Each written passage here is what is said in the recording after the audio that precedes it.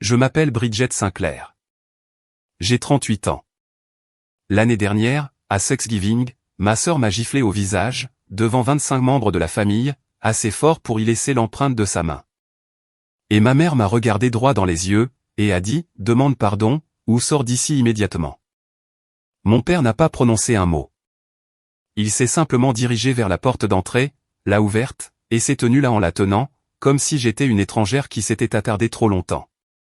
Je suis sorti dans le froid de novembre, sans dire un seul mot. Pas d'au revoir, pas de larmes, rien. Le lendemain matin, à 8 heures, ma famille s'est réveillée dans un monde qu'elle ne reconnaissait plus. Et honnêtement, moi non plus. Si vous regardez ceci, n'hésitez pas à vous abonner, et dites-moi d'où vous me regardez.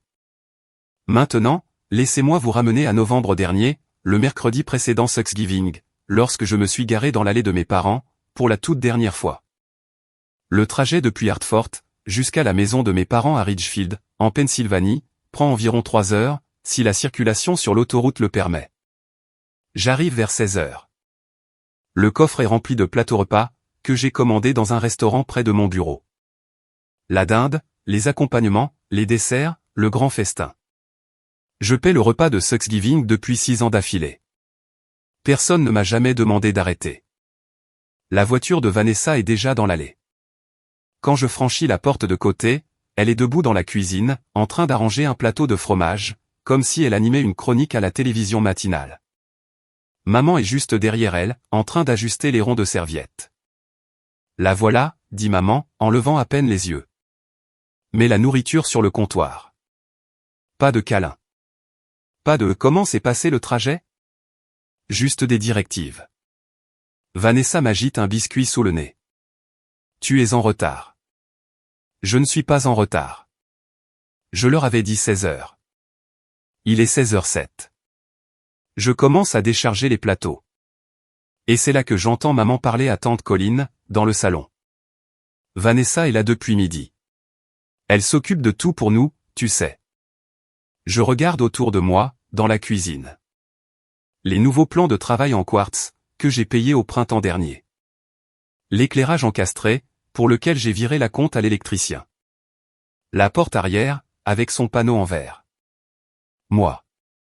Tout ça, c'est moi. Pas une seule personne dans cette maison n'a jamais dit « Bridget a payé pour ça ». C'est toujours « Nous avons enfin pris le temps de rénover la cuisine ». Je pose le dernier plateau, et je remarque une enveloppe sur le bord du comptoir, près du grille-pain. Elle vient de la First Heritage Bank, le prêteur pour la deuxième hypothèque de mes parents. L'enveloppe est scellée, mais le rabat est légèrement décollé dans un coin, comme si quelqu'un l'avait ouverte, puis recollée. Je la prends, je la retourne. Mes doigts ont envie de la déchirer. Ne touche pas à ça. Vanessa est derrière moi. C'est le courrier de maman et papa.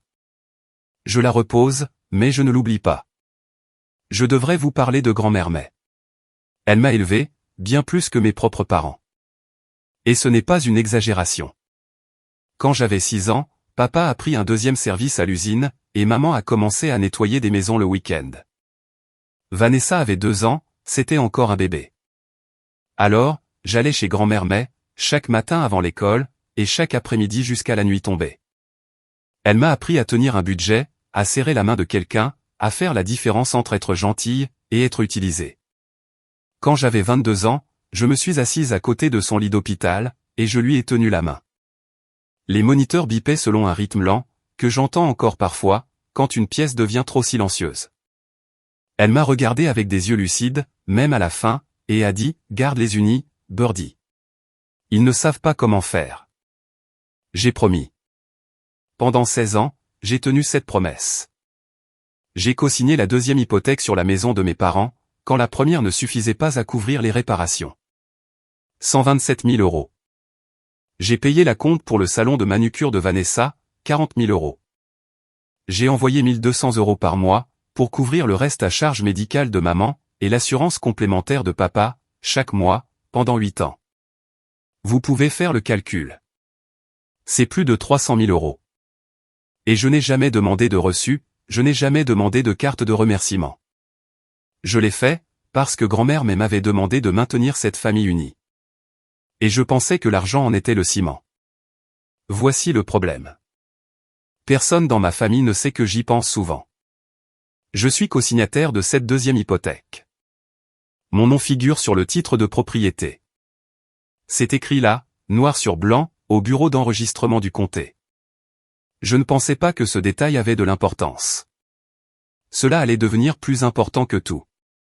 Mercredi soir, la maison se remplit vite. La famille de tante Colline, oncle Ray et sa femme, les Peterson d'en face. Tout le monde s'engouffre par la porte d'entrée, avec des plats en cocotte, et des bouteilles de vin. Une vingtaine de personnes vers 19h, et la maison sent la cannelle et l'ail rôti. Papa est dans son fauteuil inclinable, la télécommande à la main, en train de regarder l'avant-match. Il me fait un signe de tête quand je passe. C'est tout. Un simple signe de tête. J'ai conduit pendant 3 heures. Maman promène Vanessa dans le salon, comme un poney de concours. Vous connaissez tous ma Vanessa.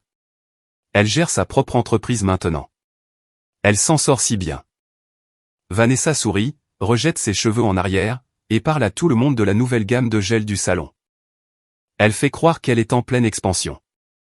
Il se trouve que je sais que le salon perd de l'argent depuis 3 mois consécutifs, parce que j'ai vu les relevés bancaires. Ils sont passés sur mon bureau, quand je m'occupais des papiers du prêt. La fille de tante Colline me demande ce que je fais dans la vie. Avant que je puisse répondre, maman m'interrompt. Oh, Bridget travaille dans le Nord. Un travail de bureau. Un travail de bureau. Je suis directrice du développement commercial pour une entreprise de construction. Je gère des projets qui valent plus cher que cette maison, et que toutes les maisons de ce quartier réunies. Mais bien sûr, un travail de bureau. Tante Ruthie, la sœur aînée de papa, 68 ans, des cheveux argentés, des yeux calmes, est assise dans le fauteuil du coin. Elle croise mon regard, et secoue la tête, à peine. 1 millimètre de mouvement, mais je le vois. Elle me voit.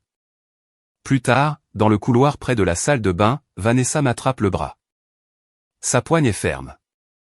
Sa voix est un murmure, mais son ton est un ordre. Ne mentionne pas le prêt. J'ai dit à maman qu'il était remboursé. Je la fixe. Il n'est pas remboursé. Contente-toi de sourire, et de ne pas te mettre en travers de mon chemin. C'est tout ce que tu as à faire. Elle s'éloigne. Je reste seul dans le couloir. Laissez-moi vous exposer les chiffres, parce que les chiffres ne mentent pas, contrairement aux familles. Deuxième hypothèque sur la maison de mes parents, 127 000 €. J'ai co-signé. J'ai fait chaque paiement depuis 8 ans. Rénovation de la cuisine, 34 000. Nouveau toit après la tempête de verglas d'il y a 2 hivers, 18 000. Acompte pour le salon de manucure de Vanessa, 40 000. Reste à charge médicale de maman et assurance complémentaire de papa, 1200 cents par mois depuis 8 ans. Cela fait environ 115 000. Grand total, au nord de 330 000 €. Je suis assise sur le canapé convertible dans le bureau, le mercredi soir, à écouter la maison s'assoupir autour de moi. Tous les autres sont allés se coucher il y a 1 heure. Je fais ce que je fais toujours après une visite.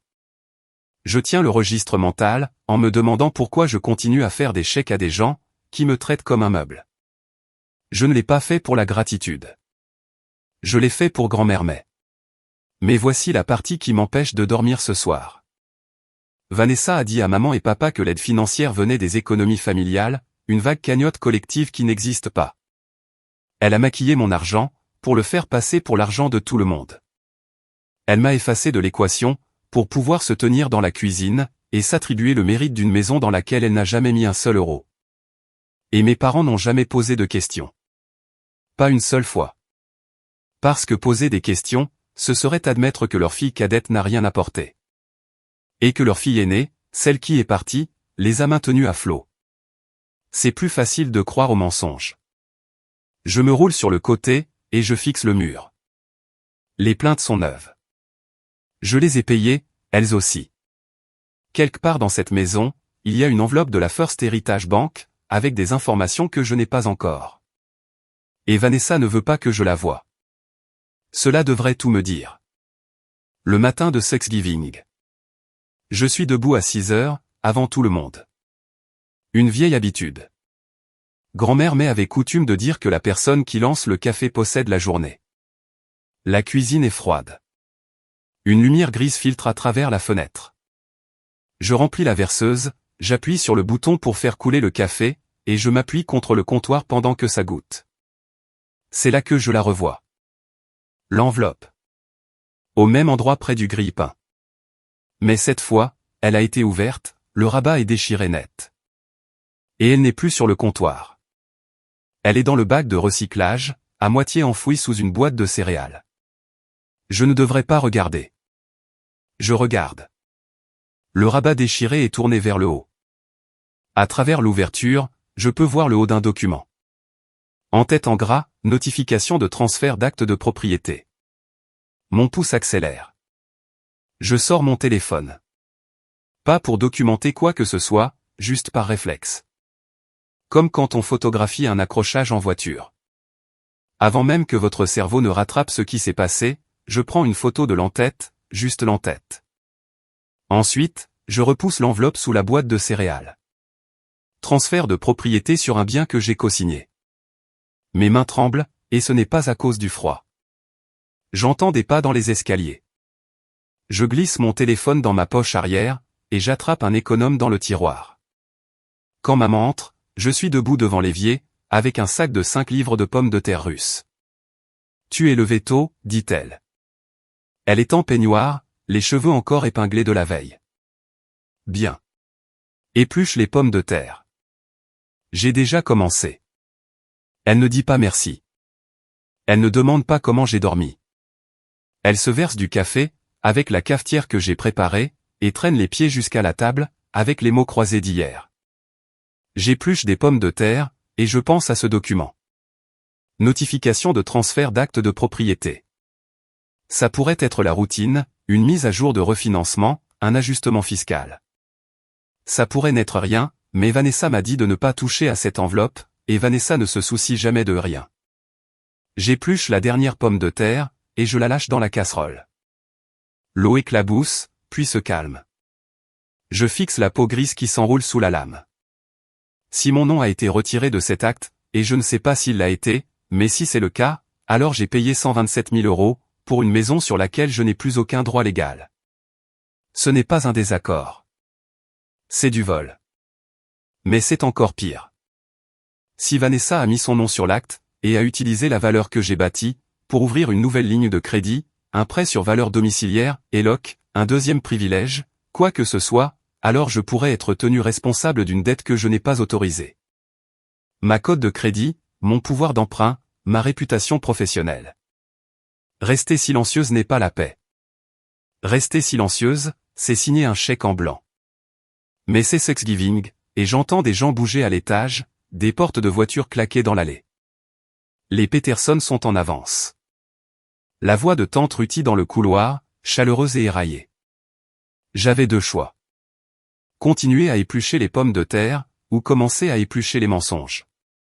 Je m'essuie les mains sur le torchon. Je choisis la paix pour l'instant, parce que la voix de grand-mère May est plus forte que mes soupçons. Et j'ai passé 16 ans à honorer la femme qui m'a élevé. Un jour de plus ne va pas me briser. Bridget, va chercher la belle porcelaine dans le buffet, crie maman depuis la salle à manger. Et assure-toi que la place de Vanessa soit à côté de papa. Bien sûr. J'apporte les assiettes à table. 25 couverts. Je compte le mien, et je le place à l'extrémité, près de la porte de la cuisine, le siège le plus proche de la sortie. Vanessa entre, fraîchement pomponnée, ses talons claquant sur le parquet que j'ai fait vitrifier. Elle ne me regarde pas. Elle regarde à travers moi. « Qu'est-ce qui ne va pas chez toi ?» dit-elle. On dirait que quelqu'un est mort. Elle rit. Gérald traverse la pièce sans un mot. La table s'étend d'un mur à l'autre. Maman a sorti la rallonge, et poussé le canapé pour faire de la place. 25 chaises, des chaises de salle à manger, des chaises pliantes, le banc du piano, chaque siège est occupé. Papa est assis en bout de table, maman à côté de lui, Vanessa et Derek de l'autre côté, au centre de l'attention. Je suis à l'autre bout, coincé entre tante Ruthie et le mari d'une cousine dont je n'arrive jamais à retenir le prénom. Maman tape sur son verre. Vanessa, voudrais-tu dire le bénédicité ? Vanessa se lève. Elle croise les mains. Elle ferme les yeux juste assez longtemps pour avoir l'air spirituel. Merci, Seigneur, pour cette famille.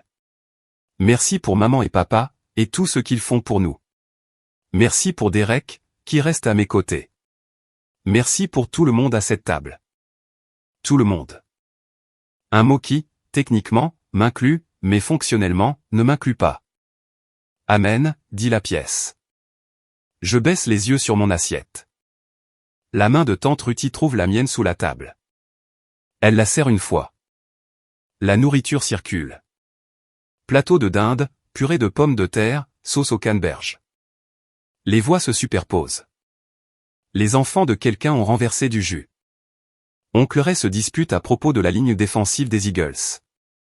Les Peterson ont apporté une tarte à la citrouille que personne n'avait demandé. Je mange. Je souris quand quelqu'un me parle. Je passe la sauce, mais j'observe Vanessa. Elle est au centre de chaque conversation. Elle rit trop fort. Elle touche le bras de maman. Elle raconte une histoire sur un client du salon, et toute la table se penche vers elle, et elle n'arrête pas de me jeter des coups d'œil. Des coups d'œil rapides, acérés, comme si elle vérifiait si j'étais toujours assise, si je restais silencieuse. Je prends une gorgée d'eau, et je croise son regard à travers la table. Elle détourne les yeux en premier. Après le dîner, la table se fragmente. Certaines personnes dérivent vers le salon. Les enfants s'éparpillent au sous-sol. Les hommes se rassemblent autour de la télé. Je transporte des assiettes dans la cuisine, quand j'entends la voix de Vanessa s'élever au-dessus du brouhaha. Elle est dans le salon, perchée sur la coudoir du canapé, tendant sa main droite comme si elle posait pour un catalogue. Maman me l'a donné la semaine dernière, dit-elle. N'est-elle pas magnifique? Je m'arrête sur le pas de la porte. Je connais cette bague. Un saphir ovale, un fin anneau en or, une minuscule entaille sur la monture, là où grand-mère me l'avait accrochée à une clôture de jardin en 1987. Elle me laissait l'essayer quand j'étais petite. Elle engloutissait mon doigt à chaque fois. Grand-mère m'avait dit que cette bague était pour moi. Elle l'avait dit devant maman. Elle l'avait dit l'été avant de mourir. Où as-tu eu ça? Ma voix sort plus plate que prévu. Vanessa sourit. Maman me l'a donnée. Elle a dit que grand-mère aurait voulu que je l'aie. Je regarde maman. Maman acquiesce. Vanessa est ici tous les jours. Elle le mérite. La pièce devient silencieuse. Ce silence particulier, où tout le monde fait semblant de n'avoir pas entendu quelque chose de lourd. Tante Colline étudie son verre de vin. Oncle Ray tousse. Derek est assis dans le coin. Il m'observe. Sa mâchoire est crispée. Il ressemble à un homme qui détient un secret, qu'il ne veut pas garder. D'accord, dis-je. Un seul mot. Je me retourne, et je retourne à la cuisine, avec les assiettes toujours dans les mains. Je les pose dans l'évier. L'eau coule. Je la regarde remplir la porcelaine, la belle porcelaine, la porcelaine que grand-mère avait choisie pour cette maison. D'accord, c'était tout ce que j'avais, parce que l'alternative était une vérité qui aurait coupé cette pièce en deux, et je n'étais pas prête pour ça. Pas encore. Vanessa me suit dans le salon 20 minutes plus tard. La vaisselle est faite. Je suis debout près de la cheminée, en train de parler du jardin de tante Ruthie, essayant de me sentir normal. Vanessa s'installe au centre du canapé, et commence à raconter des histoires. De vieilles histoires, des histoires d'enfance, le genre qui semble drôle si on n'y était pas. Vous vous souvenez quand Bridget a pleuré à son expo-science, parce que personne n'est venu? Elle regarde l'assemblée, pas moi. Elle a fabriqué tout ce volcan, puis elle a sangloté quand maman a dû travailler. Elle a toujours eu tellement besoin d'attention. Je sens le sang monter dans mon cou. Ce n'est pas comme ça que ça s'est passé. Vanessa penche la tête. Tu vois? Toujours aussi sensible. Bridget, ne commence pas. La voix de maman depuis le fauteuil. Sèche. Définitive. Pas aujourd'hui. Les filles, ça suffit. Papa depuis son fauteuil inclinable. Les yeux toujours fixés sur l'écran. Mais son ça suffit ne tombe pas sur Vanessa. Il tombe sur moi. Il tombe toujours sur moi, parce que je suis celle qui répond.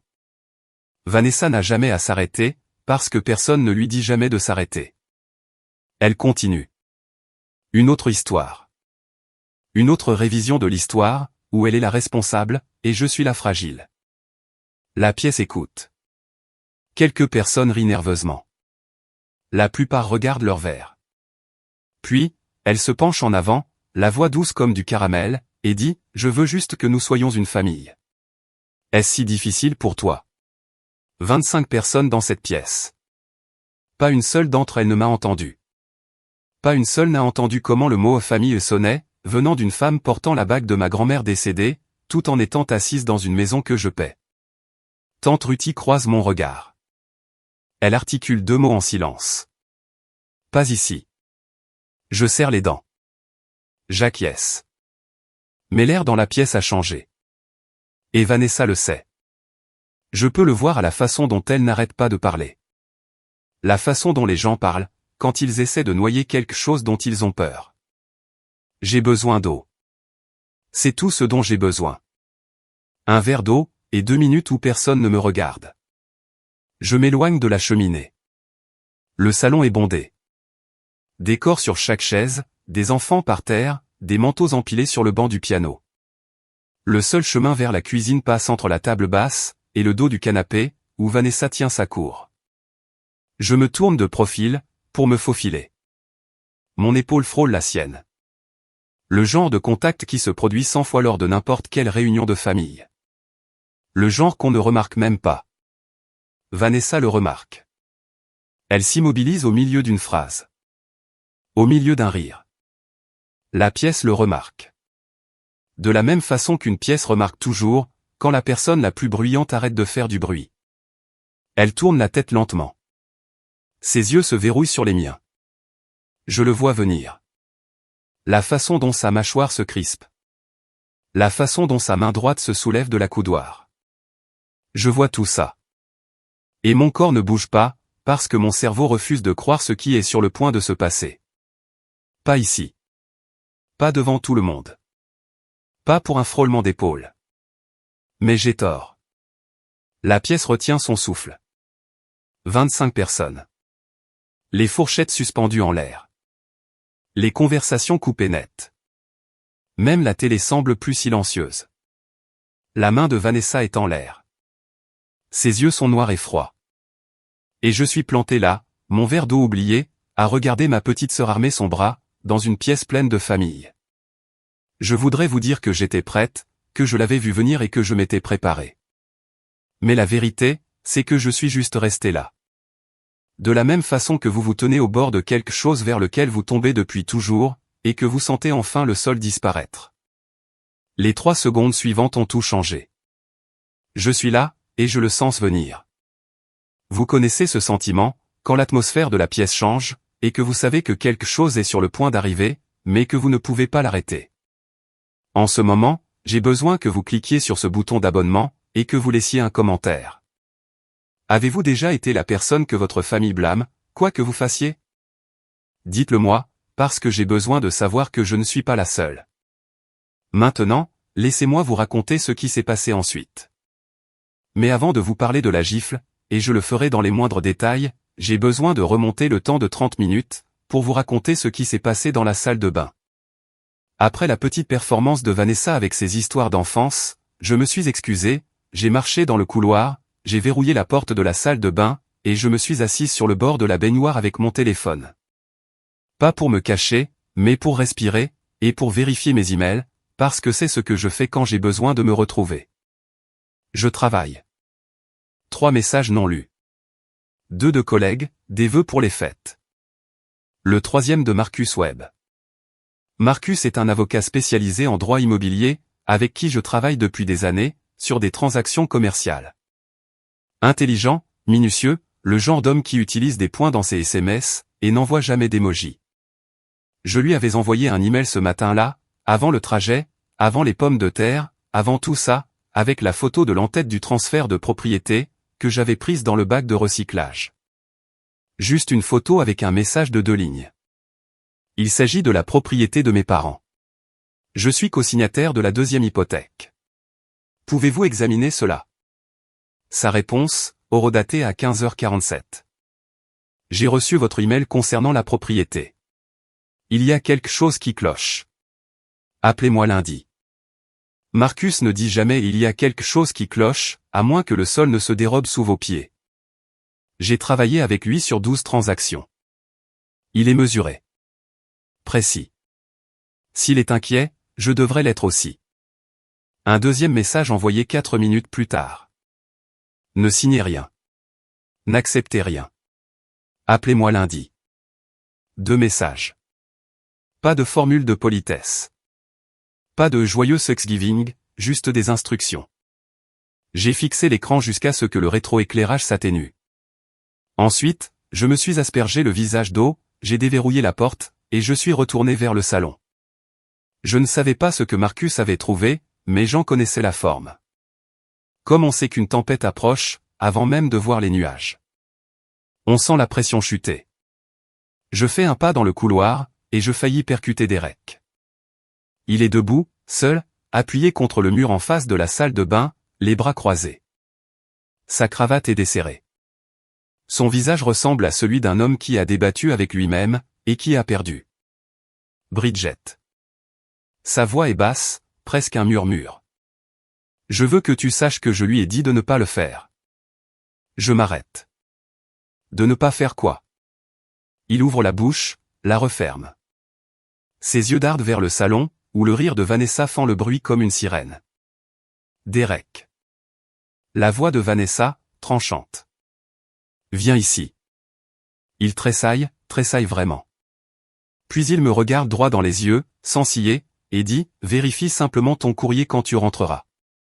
Le vrai courrier, pas les emails, les trucs dans ta boîte aux lettres.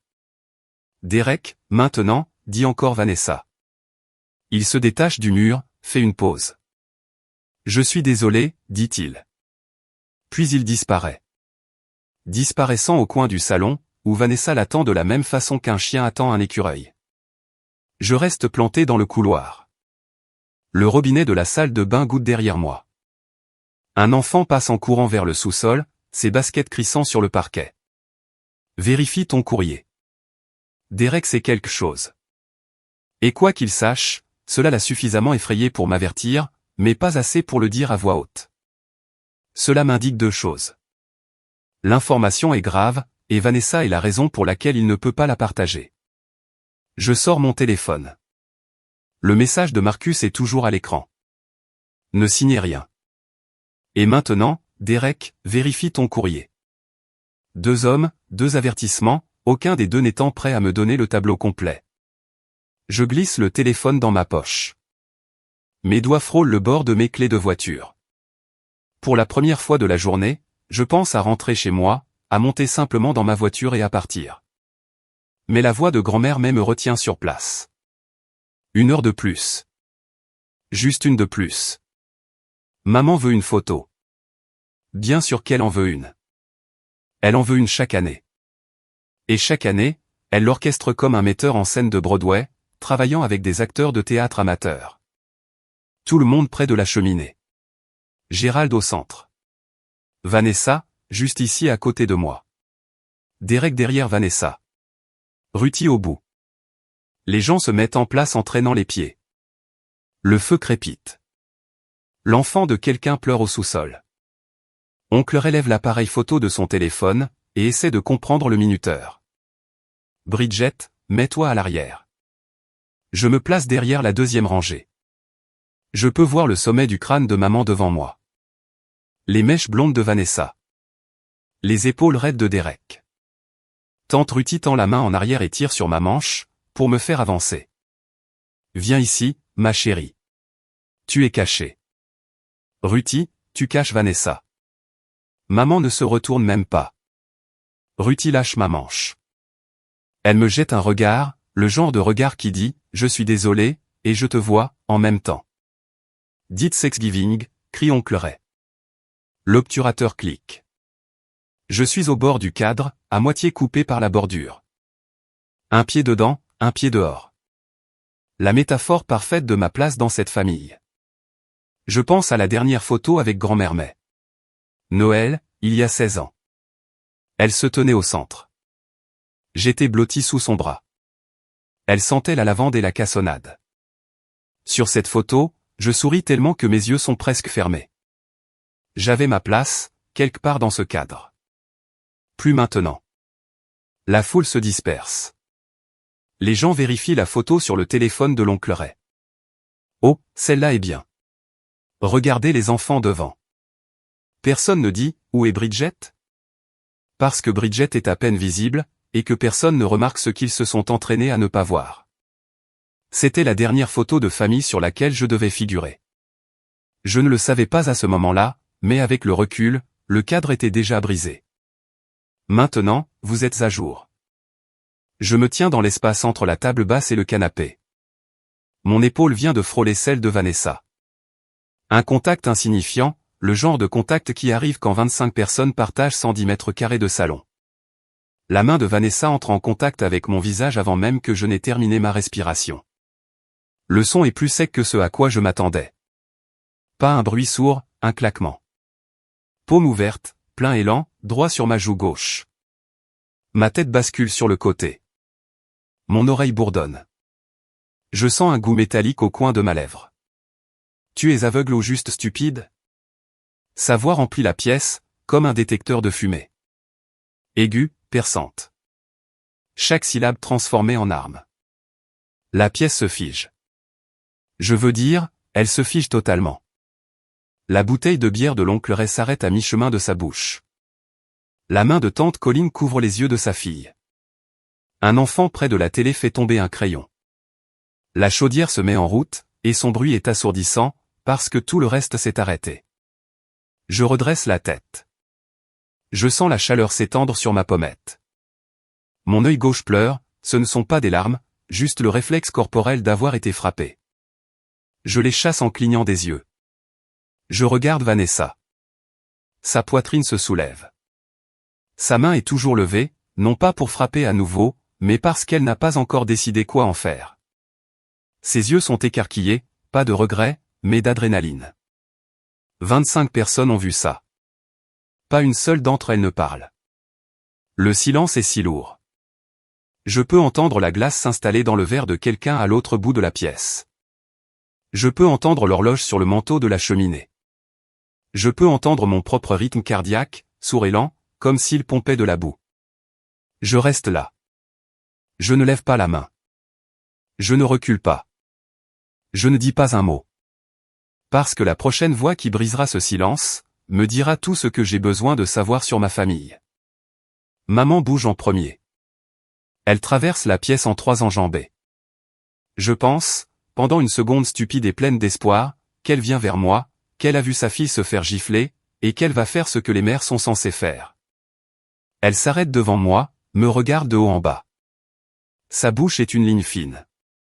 Demande pardon, ou sors d'ici immédiatement. Elle me parle.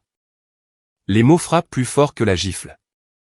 Je les sens s'atterrir dans ma poitrine, quelque part derrière le sternum, à l'endroit où l'on garde l'ultime bride d'espoir que sa mère nous choisira. Elle m'a frappé, dis-je. Tu l'as provoqué. Tu le fais toujours. Je regarde papa. Il est déjà debout. Il ne dit pas un mot. Pas un seul mot. Il se dirige vers la porte d'entrée, l'ouvre. Le vent de novembre s'engouffre, faisant voler une serviette sur la table d'appoint. Il se tient là, la main sur la poignée, gardant la porte ouverte, comme s'il sortait les poubelles.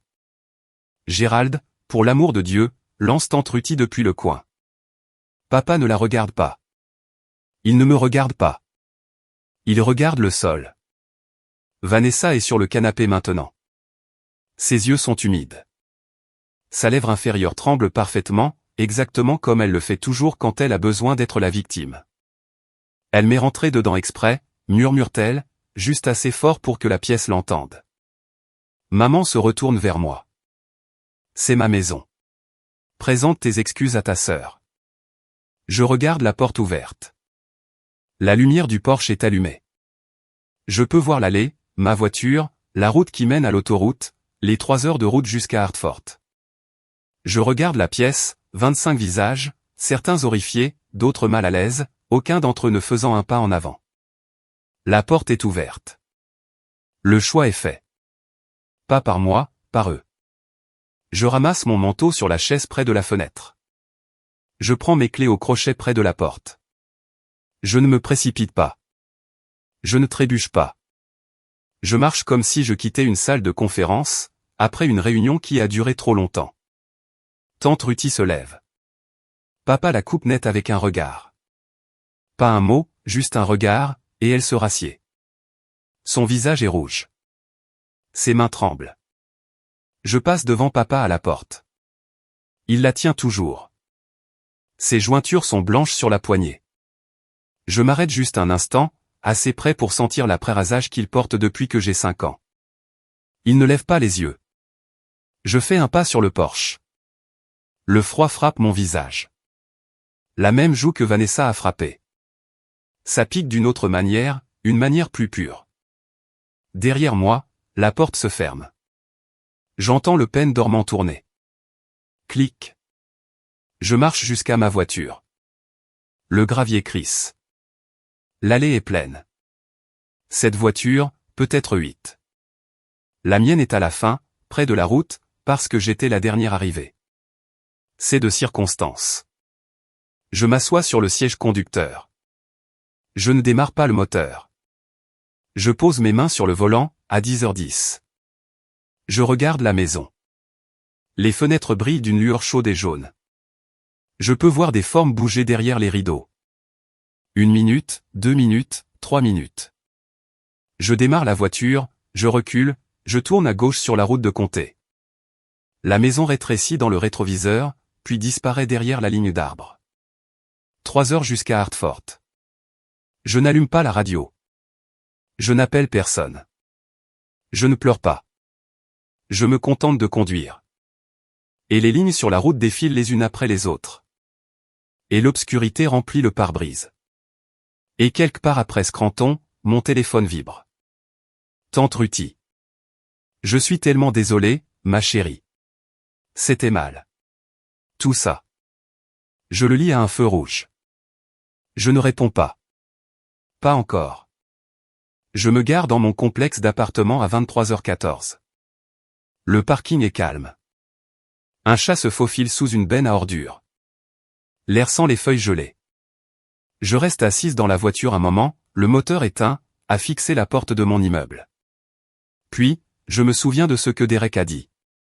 Vérifie ton courrier. Je marche jusqu'au groupe de boîtes aux lettres à l'entrée principale, unité 4B. Je tourne la clé, et je sors 3 jours d'enveloppe, des courriers indésirables, une offre de carte de crédit, une facture d'eau, et une provenant du bureau d'enregistrement du comté de Fulton, oblitérée il y a 5 jours. Je la déchire sous la lumière du parking. C'est une copie certifiée d'un transfert d'acte de propriété, la maison de mes parents. Le document indique que le transfert a été enregistré il y a 3 semaines. Mon nom, Bridget Sinclair, a été retiré de l'acte. Un nouveau nom a été ajouté. Vanessa Sinclair. En bas, 4 signatures. Gérald Sinclair, Donna Sinclair, Vanessa Sinclair, et une 4e. Bridget Sinclair. Je fixe mon nom. Mon nom, écrit avec une écriture qui n'est pas la mienne. Les boucles sont trop rondes. Le S ne correspond pas. Quelqu'un a signé mon nom sur un document légal, à mon insu, et sans mon consentement. Quelqu'un a imité ma signature. Je rentre à l'intérieur. Je n'enlève pas mon manteau. Je m'assois à la table de la cuisine, j'ouvre mon ordinateur portable, et je numérise chaque page, recto, verso, marge. J'envoie tout le dossier par email à Marcus Webb, avec une seule ligne. Ils ont falsifié ma signature. Appelez-moi demain matin. Je m'assois dans le noir. L'appartement bourdonne. Le réfrigérateur se met en route. Une voiture passe dehors. À 8 heures tapantes, mon téléphone sonne. Marcus, c'est de la fraude. Nous déposons plainte lundi. Lundi matin. C'est là que tout a changé. Lundi, 9 heures. Je suis assise en face de Marcus, dans son bureau du centre-ville de Hartford. Il porte ses lunettes de lecture, et consulte un dossier qui est déjà épais. J'ai récupéré les dossiers vendredi soir, dit-il. Il ne lève pas les yeux de ses papiers.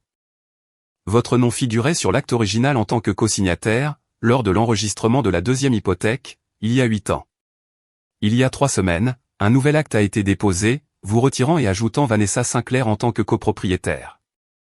Sans ma signature. C'est là le problème. Il fait glisser une photocopie sur le bureau. Il y a une signature. Ce n'est juste pas la vôtre. Je la regarde. La fausse Bridget Sinclair me dévisage. Des boucles exagérées, une écriture précipitée. Rien à voir avec mon écriture. Il y a pire, Marcus enlève ses lunettes. Après l'enregistrement du transfert de propriété, quelqu'un a ouvert une ligne de crédit sur la valeur domiciliaire, un ELOC, garanti par la propriété. 85 000 €. La demande indique Vanessa Sinclair comme emprunteuse. La banque l'a approuvé, en se basant sur la valeur que vos paiements ont générée. 85 000 € retirés d'une maison que je paie, avec l'argent que j'ai gagné. Où sont passés les 85 000 €? J'ai demandé à un ami expert comptable judiciaire de faire un traçage préliminaire.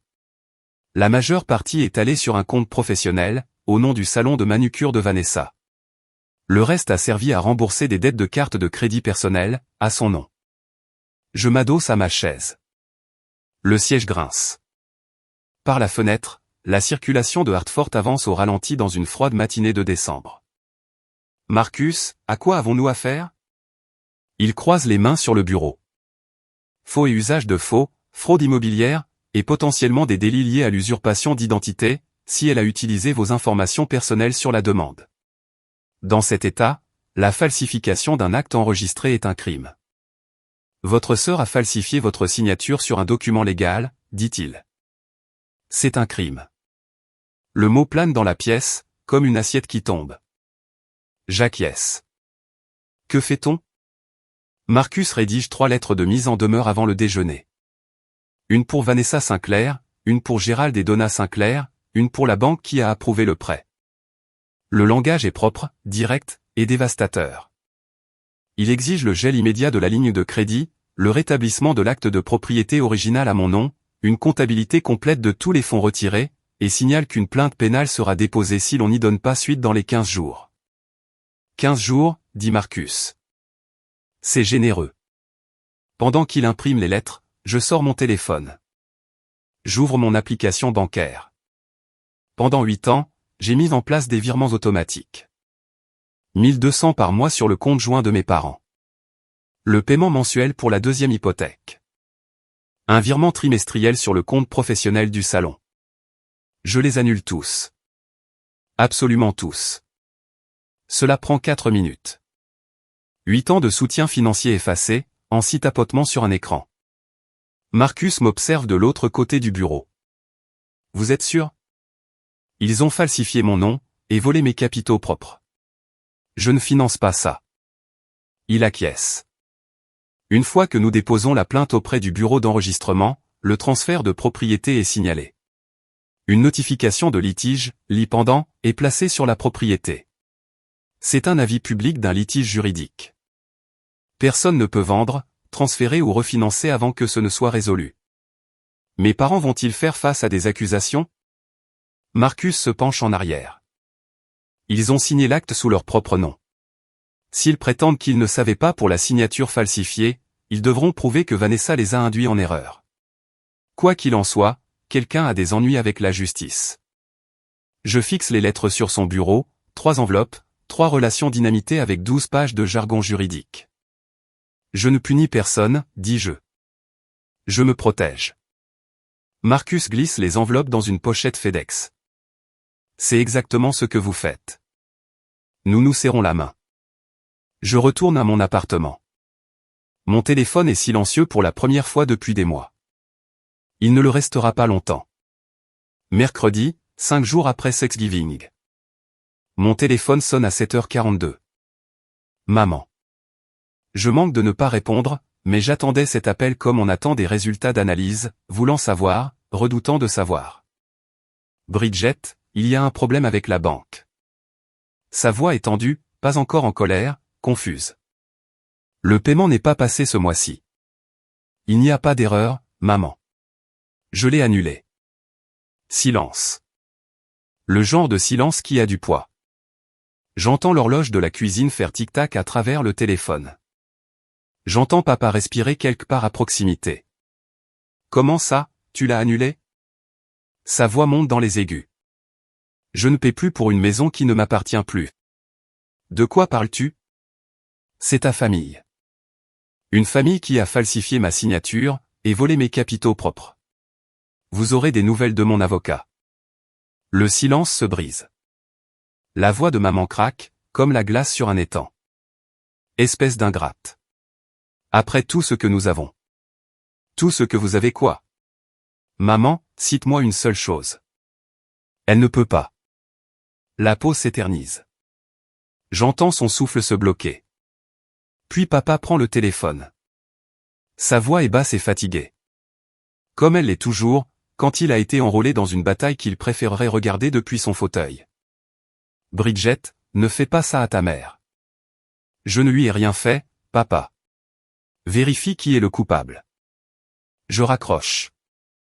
Je pose le téléphone sur le comptoir, l'écran vers le bas. Il vibre 14 fois au cours des 3 heures suivantes. Vanessa, maman, papa, Vanessa à nouveau. Derek une fois. Maman, Vanessa, Vanessa, Vanessa. Je ne réponds à aucun d'eux. Je fais du café. Je mange des toasts. Je m'assois à la table de la cuisine, et je regarde le soleil de décembre ramper sur le sol. Et pour la première fois en 10 ans, je ne sens plus le poids de cette maison sur mes épaules. Je n'ai pas élevé la voix. Je n'en ai pas eu besoin. Jeudi, le colis FedEx arrive. Je le sais parce que Vanessa m'appelle à 11h08, et qu'elle pleure. Pas les pleurs théâtraux qu'elle fait pour maman. De vrais pleurs. Le genre l'est. Humide, saccadé, et effrayé. Tu ne peux pas me faire ça. Je suis ta sœur.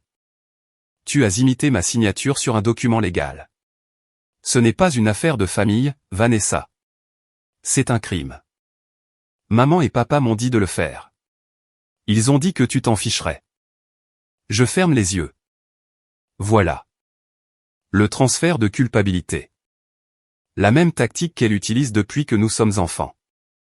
Casser quelque chose, puis pointer quelqu'un d'autre du doigt. Alors ils pourront expliquer ça au tribunal. Bridget, je t'en supplie. Je t'en supplie, je vais tout réparer. Je remettrai ton nom. Je fermerai le crédit. Mais s'il te plaît, ne dépose pas plainte. Tu as eu 3 semaines pour réparer. À la place, tu as dépensé 85 000 € de mes capitaux. Elle fait un bruit, à moitié un sanglot, à moitié un hoquet. Pour la première fois de ma vie, j'entends ma sœur dépouillée de sa performance. Pas de public, pas de scène, juste une femme qui a réalisé que le filet de sécurité sur lequel elle se tenait, était fait de l'argent de quelqu'un d'autre, et qu'il a disparu. Tu vas détruire cette famille, murmure-t-elle. Je ne l'ai pas détruite. J'ai juste arrêté de la reconstruire. Je raccroche. J'ouvre mon ordinateur portable. J'envoie un email à Marcus avec un seul mot. Procéder. Ensuite, je m'assois dans mon appartement, et j'écoute le silence. Plus d'appels téléphoniques à filtrer. Plus de chèques à faire. Plus de pommes de terre à éplucher dans une cuisine qui ne veut pas de moi.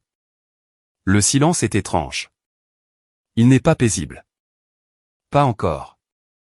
C'est le silence après que le chirurgien ait coupé le dernier point de suture, et avant de savoir si le patient respirera par lui-même. Mais il est à moi. Pour la première fois en 16 ans, le silence m'appartient. Et c'est là que ça devient sérieux.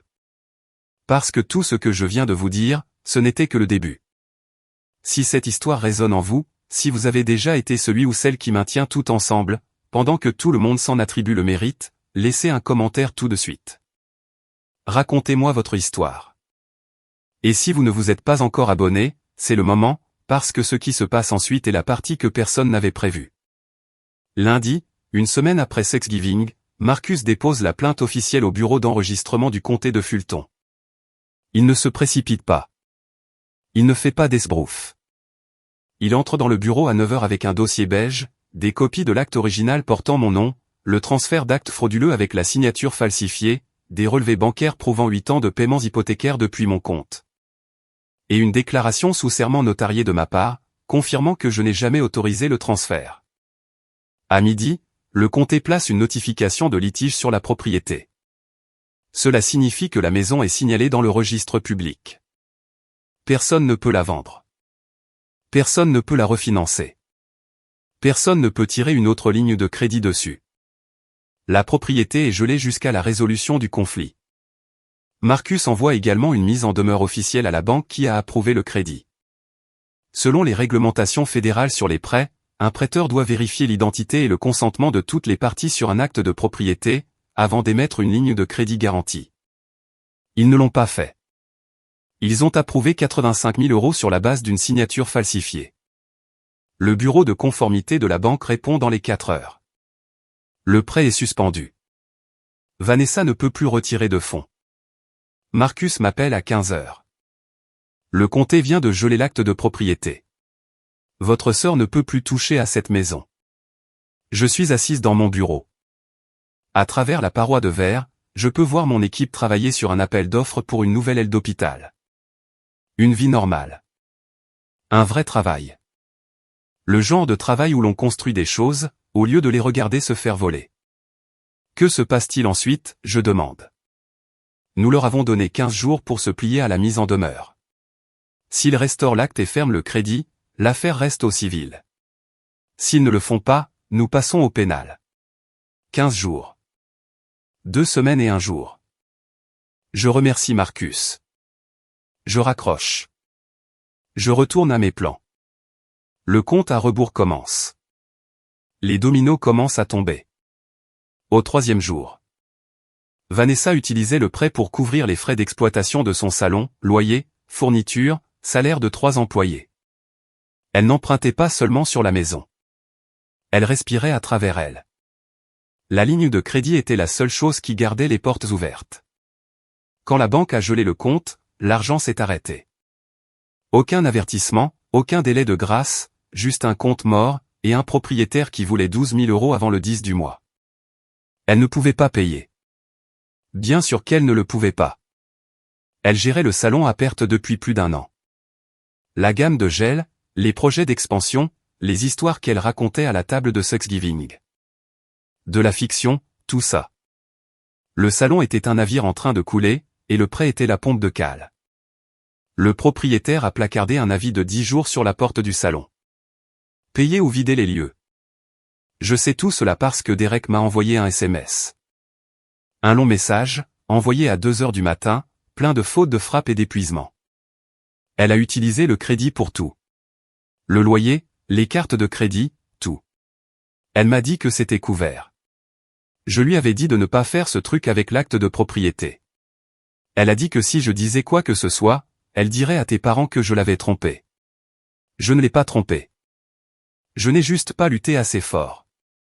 Il a terminé par « Tu as volé la seule personne qui nous maintenait à flot ». C'est ce que je lui ai dit. Elle m'a jeté une assiette. J'ai lu le message 2 fois. Ensuite, j'ai posé mon téléphone, et je suis allé me coucher. Je ne me sentais pas satisfaite. Je ne me sentais pas justifiée. Je me sentais comme on se sent quand un bâtiment que l'on soutient avec son propre corps finit par s'effondrer. Soulagé de s'être écarté, mais malade au bruit de la chute. Vanessa m'a appelé 6 fois cette semaine-là. J'ai laissé tout le monde aller sur la messagerie vocale. 9e jour. Gérald appelle. Je reconnais à peine sa voix. Elle est plus faible, plus vieille. Comme si les 10 derniers jours avaient ajouté 10 ans. Birdie, c'est allé trop loin. Il ne m'a pas appelé Birdie depuis que j'ai 12 ans. Ce son brise quelque chose dans ma poitrine. Quelque chose que je pensais avoir déjà cassé net. Papa, elle a falsifié ma signature. Elle a fait une erreur. Les gens font des erreurs. Tu m'as tenu la porte ouverte, papa. À Thanksgiving. Tu n'as pas dit un mot. Silence. Je peux entendre la chaudière à travers le téléphone. Je peux entendre la télé de maman en fond sonore. Un jeu télévisé avec un animateur trop enjoué. Je ne savais pas quoi dire, dit-il. C'est bien ça le problème. Tu ne sais jamais. Plus de silence, puis, prudemment, comme s'il manipulait quelque chose de fragile. Que veux-tu de nous? Je veux que l'acte soit restauré. Je veux que le prêt soit fermé. Et je veux que Vanessa fasse face aux conséquences légales de ce qu'elle a fait. Ce n'est pas de la vengeance, papa. C'est la loi. C'est ta sœur. Elle a commis un crime contre moi. Être de la même famille ne change rien à ça. Sa respiration tremble. C'est le son d'un homme qui a passé 65 ans à éviter les conversations difficiles, et qui se tient maintenant au bord d'une conversation qu'il ne peut pas fuir. Si tu fais ça, dit-il, ta mère ne te pardonnera jamais. Je ferme les yeux. Je le revois à la porte, la main sur la poignée, l'air froid envahissant la pièce, la joue de sa fille encore rouge. Il a choisi le silence, et il choisit la négociation maintenant. Les deux sont la même chose, éviter la vérité. Elle ne m'a pas pardonné d'être partie de la maison à 18 ans, papa. Je pense que je survivrai. Il raccroche. Pas d'au revoir. Juste le clic d'un homme qui a manqué d'arguments qu'il n'a jamais eu. Je pose le téléphone et je fixe le plafond. 15 jours. Il en reste 6. Jour 15. Date limite. Marcus envoie un email de suivi à 9 heures. Une réponse de l'autre côté? Rien. Aucun contact d'avocat, aucune mise en conformité, aucune restauration de l'acte, aucune fermeture de prêt. Rien d'autre que du silence, et une publication Facebook de Vanessa, datant d'il y a 3 jours, certaines personnes utilisent l'argent pour contrôler leur famille. Je plains quiconque pense que l'amour a un prix. J'en fais une capture d'écran, et je la transfère à Marcus. Sa réponse, elle construit un récit. Nous déposons plainte demain. Et nous le faisons. Le lendemain matin, Marcus soumet une plainte pénale au bureau du procureur. Les chefs d'accusation, falsification d'un acte enregistré, et fraude immobilière, tous deux des crimes. La plainte comprend l'acte falsifié, les relevés bancaires montrant les retraits non autorisés, ma déclaration sous serment, et une comparaison d'écriture, préparée par un expert en documents certifiés, confirmant que la signature n'est pas la mienne. Le bureau du procureur attribue un numéro de dossier dans les 48 heures. Je suis assise dans ma voiture, à l'extérieur du bureau, quand Marcus m'appelle pour me donner des nouvelles. Ciel de décembre, arbre nu, chauffage allumé. C'est déposé, dit-il. Le procureur l'a entre les mains. D'accord. Ça va? Je regarde par le pare-brise. Une femme entre dans l'immeuble d'en face, portant un café, faisant défiler son téléphone, vivant un mardi comme si de rien n'était. Je l'envie pendant environ 3 secondes. Je leur ai donné 15 jours, dis-je. Elle m'a donné une gifle, et une signature falsifiée. Marcus ne répond pas à ça. Il n'en a pas besoin. Je reste assise dans la voiture quelques minutes de plus, après avoir raccroché. Je pense à grand-mère May. Je pense à la promesse que j'ai faite, à une femme qui m'aimait assez pour me demander de maintenir unie une famille qui ne le méritait pas. Je les ai gardés au chaud pendant 10 ans. Ils ont brûlé la maison eux-mêmes. Je quitte le parking et je conduis jusqu'au travail. Janvier. Le bureau du procureur ouvre une enquête officielle. Vanessa est convoquée pour une déposition. Elle engage un avocat.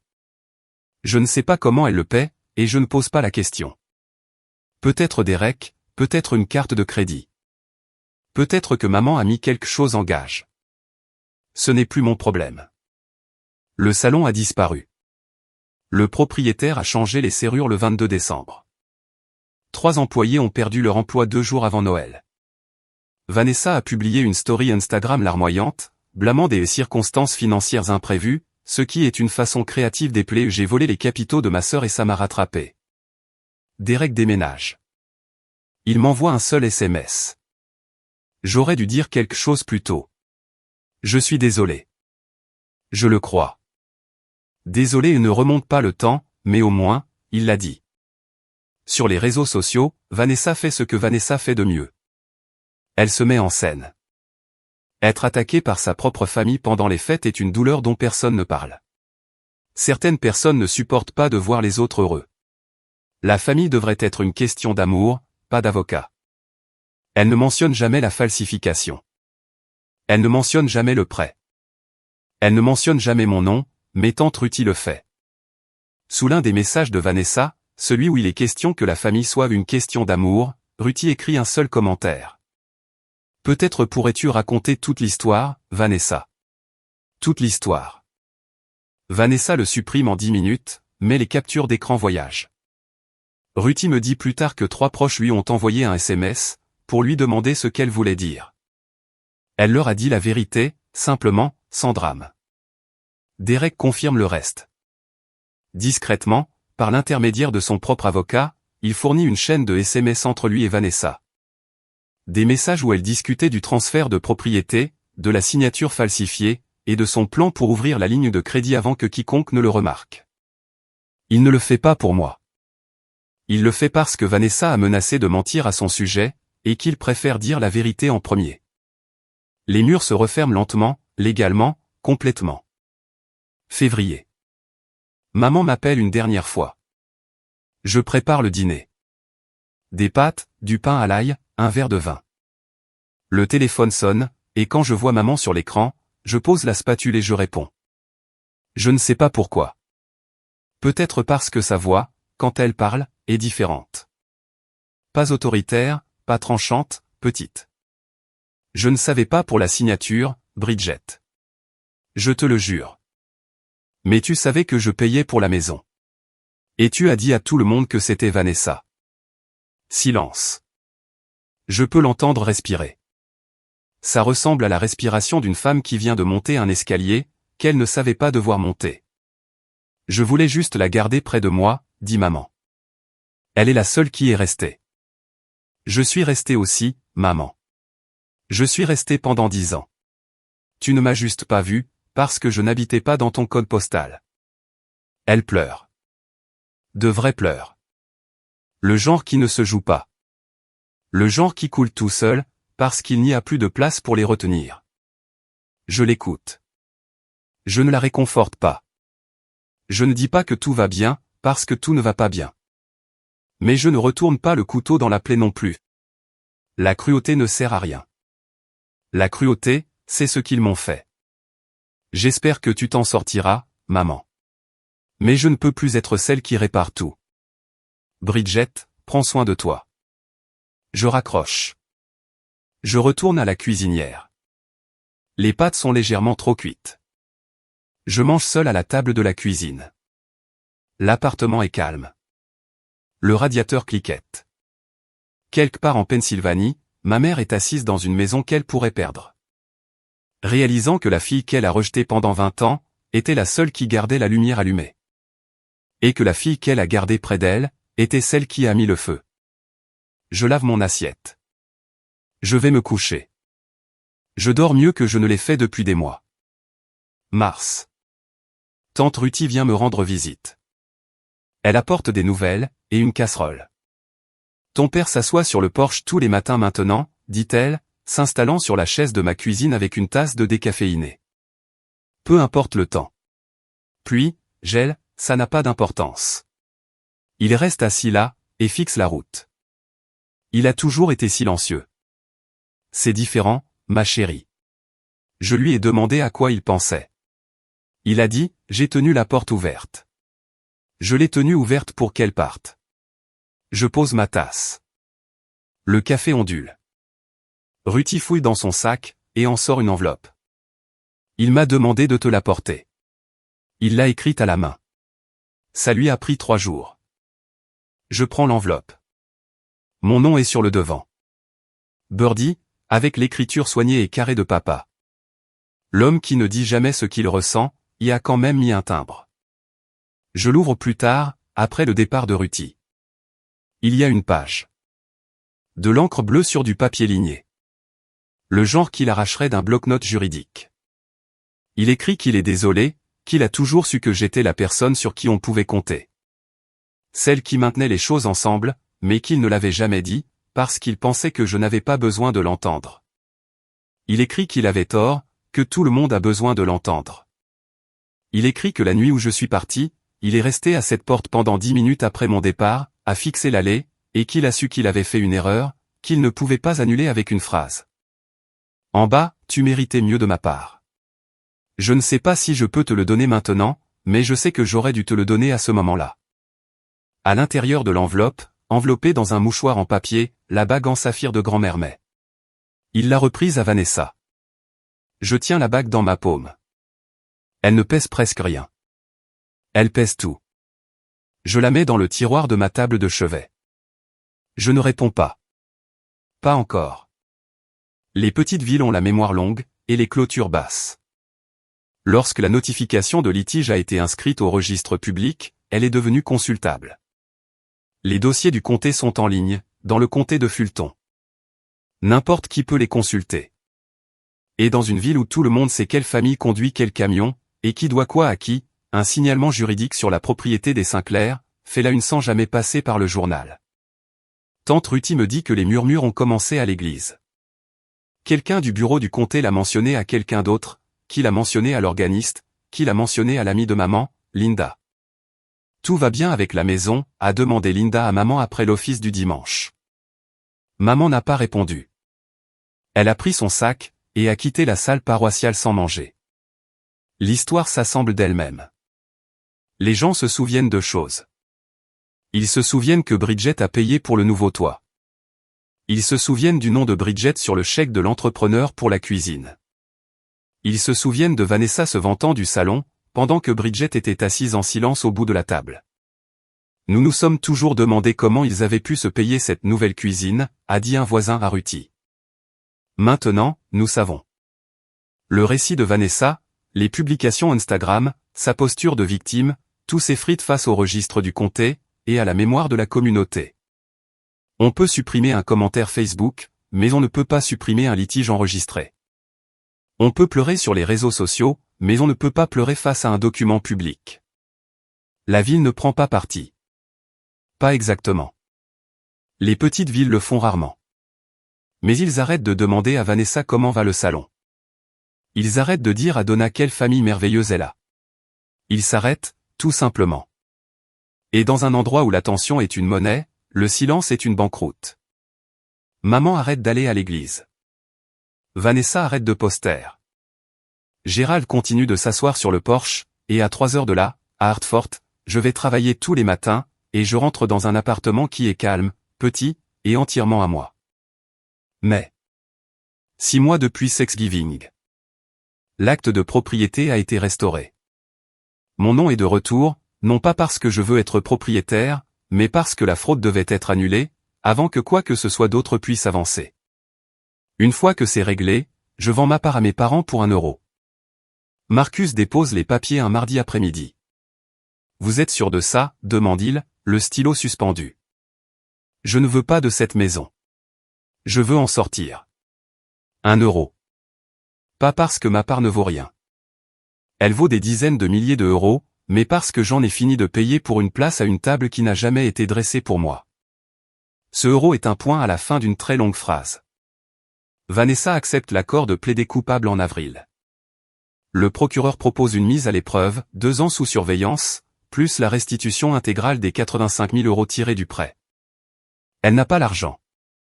Elle le remboursera par mensualité pendant la prochaine décennie, au minimum. Son avocat plaide des difficultés financières. Le juge ne semble pas ému. Le salon a définitivement disparu. Vanessa travaille comme réceptionniste, dans un cabinet dentaire de la ville voisine. Derek a demandé le divorce. Les papiers ont été signés en mars. Maman et papa vendent le terrain de 2 acres derrière la maison. La parcelle que grand-père a défrichée dans les années 70, pour 45 000 euros. Cela couvre 6 mois de paiements hypothécaires. Ils ne perdront pas la maison, mais le matelas de sécurité a disparu.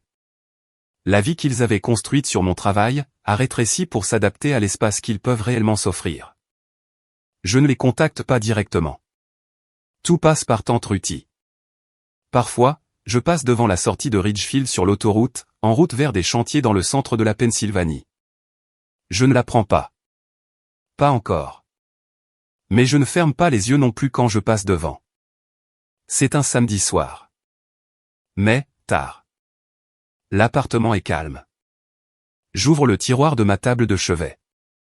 La lettre de Gérald est là, soigneusement pliée. La bague en saphir est à côté, toujours enveloppée dans le mouchoir qu'il m'a envoyé. Je sors la bague, je la lève vers la lampe. La pierre accroche la lumière. Un bleu profond, presque violet sur les bords. L'entaille de la clôture du jardin est toujours là. Grand-mère mais ne l'a jamais fait réparer. Elle disait que ce défaut faisait partie de l'histoire. Je la glisse à l'annulaire de ma main droite. Elle me va parfaitement, comme elle l'a toujours fait quand j'étais enfant, et que je faisais semblant d'être une adulte. Grand-mère mais m'avait dit de les garder unis. J'ai essayé. Pendant 16 ans, je me suis plié à la forme de cette promesse. J'ai fait des chèques. J'ai ravalé des insultes. Je me suis tenu à l'arrière sur la photo. J'ai épluché les pommes de terre, j'ai pris la place près de la porte, et j'ai conduit 3 heures à l'aller et au retour, pour être traité comme une invitée dans une maison que je payais. Mais grand-mère mais ne m'a pas élevé pour être un paillasson. Elle m'a élevé pour être un pont, quelqu'un qui relie, qui porte du poids, qui soutient les choses. Elle a juste oublié de me dire que même les ponts ont des limites de poids. Elle m'a dit, garde-les unis. Elle ne m'a pas dit, laisse-les te détruire. Je pense qu'elle comprendrait. Je pense que si elle était assise en face de moi en ce moment, sentant la lavande et la cassonade, elle me prendrait la main et me dirait, tu en as fait assez, Birdie. Tu en as fait plus qu'assez. Je regarde la bague. Je regarde la lettre. Je regarde par la fenêtre, le lampadaire en bas, le trottoir vide. La première nuit chaude de l'année. Je souris. Le premier vrai sourire de toute cette histoire. Non pas parce que tout est réparé, mais parce que quelque chose est enfin à moi. Le week-end suivant, tante Ruthie remonte me voir. Cette fois, elle apporte la recette du ragoût de bœuf de grand-mère May. Celle avec la bière et les feuilles de laurier, et une bouteille de vin rouge qu'elle a achetée dans une station-service. Ne juge pas l'étiquette, dit-elle, en la posant sur le comptoir. C'était soit ça, soit un Slim Jim. Nous cuisinons ensemble. Elle se tient près de la cuisinière, en train de remuer pendant que je coupe des oignons. Et pendant un petit moment, c'est comme être de retour dans la cuisine de grand-mère May, 16 ans et 330 000 € plus tôt. Ton père a commencé à voir quelqu'un, dit Ruthie, sans lever les yeux de la marmite. Un conseiller. Pour la première fois de sa vie. Tant mieux pour lui. Ta mère n'y est pas allée. Elle ne te blâme plus, mais elle n'est pas prête à dire les mots. Quels mots? Tous. Ruthie hausse les épaules. Elle est têtue. Tu le sais. Je sais. Vanessa et Derek, c'est officiellement fini. Les papiers ont été signés le mois dernier. J'acquiesce. Je ne me sens pas heureuse de ça. Je ne me sens pas triste. Je me sens comme on se sent quand une tempête est passée, qu'on sort dehors, et que tout est mouillé et dévasté, mais quand même, d'une certaine façon, plus léger. Tu manques à ton père, dit Ruthie. Elle me regarde enfin. Ses yeux sont doux. Il ne le dira pas correctement, mais c'est le cas. Je sais. Mais me manquer, ce n'est pas la même chose que me respecter. Non, dit-elle. Ça ne l'est pas. Nous nous asseyons à la table de ma cuisine, avec le ragoût et le vin de la station-service, et nous mangeons. L'appartement est chaud. Les fenêtres sont embuées par la cuisson. Ruthie ne me donne pas de conseils. Elle ne me dit pas de pardonner. Elle ne me dit pas d'appeler. Elle s'assoit juste en face de moi, et mange, de la même façon que grand-mère May le faisait. Présente, constante, et silencieuse d'une manière qui en dit bien plus que de parler. Tu as fait ce qu'il fallait, Birdie, me dit-elle à la porte. La chose difficile, et la chose juste. Alors, me voilà. Bridget Sinclair, 38 ans, directrice du développement commercial, résidente d'un appartement d'une chambre, avec une fenêtre qui laisse passer les courants d'air, et une cuisinière qui clique 2 fois avant de s'allumer. Je ne déteste pas ma famille. Je veux que vous l'entendiez clairement. Je ne les déteste pas. Mes parents sont imparfaits, effrayés, humains. Ma sœur est égoïste, désespérée et petite. Mon père est un homme bon, qui n'a jamais appris à s'exprimer. Ma mère est une femme effrayée, qui a confondu la proximité avec l'amour. Ce ne sont pas des monstres. Ce sont juste des gens qui se sont habitués à prendre, de quelqu'un qui n'a jamais dit non. Jusqu'à ce qu'elle le fasse. Avant, je pensais que la loyauté signifiait ne jamais s'en aller. Que tenir une promesse signifiait se faire toute petite, pour que les autres puissent rester à l'aise. Grand-mère même m'avait demandé de garder cette famille unie. Et je pensais que cela signifiait de tout porter. Le poids, le coup, le silence, la gifle. Maintenant, je sais que la loyauté envers soi-même est la première des loyautés. Tout le reste vient après. Vous pouvez aimer les gens, et refuser tout de même de les laisser vous détruire. Vous pouvez pardonner, sans retourner sur les lieux du crime. Vous pouvez vendre votre part pour 1 euro, et repartir plus riche que vous ne l'avez jamais été. Je ne sais pas si je reparlerai à mes parents. Peut-être. Peut-être à Noël, peut-être l'année prochaine. Je ne ferme pas la porte, mais je ne la tiens pas ouverte, pour des gens qui m'ont montré ce qu'ils font, quand ils ont l'occasion de la franchir.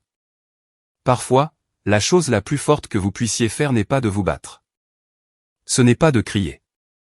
Ce n'est pas de prouver quoi que ce soit à qui que ce soit. C'est de franchir la porte, de la fermer derrière vous, et de construire quelque chose qui vous appartient. Grand-mère me comprendrait. Je regarde la bague à mon doigt. Le saphir accroche la lumière. L'entaille sur la monture me fait un clin d'œil, comme un secret entre nous. Je souris, et je le pense vraiment. Voilà mon histoire. Et si vous êtes toujours là, merci. Ça compte plus que vous ne l'imaginez. Maintenant, j'ai une question pour vous. Seriez-vous parti ce soir de Thanksgiving? Ou seriez-vous resté pour vous battre? Laissez votre réponse dans les commentaires. Je lis absolument tout. Et si cette histoire vous a fait penser à quelqu'un qui a besoin de l'entendre, partagez-la avec cette personne. Parfois, les gens ont besoin d'entendre qu'ils ont le droit d'arrêter de donner. Si vous voulez d'autres histoires comme celle-ci, consultez la description. Il y en a une qui, je pense, frappera tout aussi fort. Abonnez-vous, et je vous verrai dans la prochaine vidéo.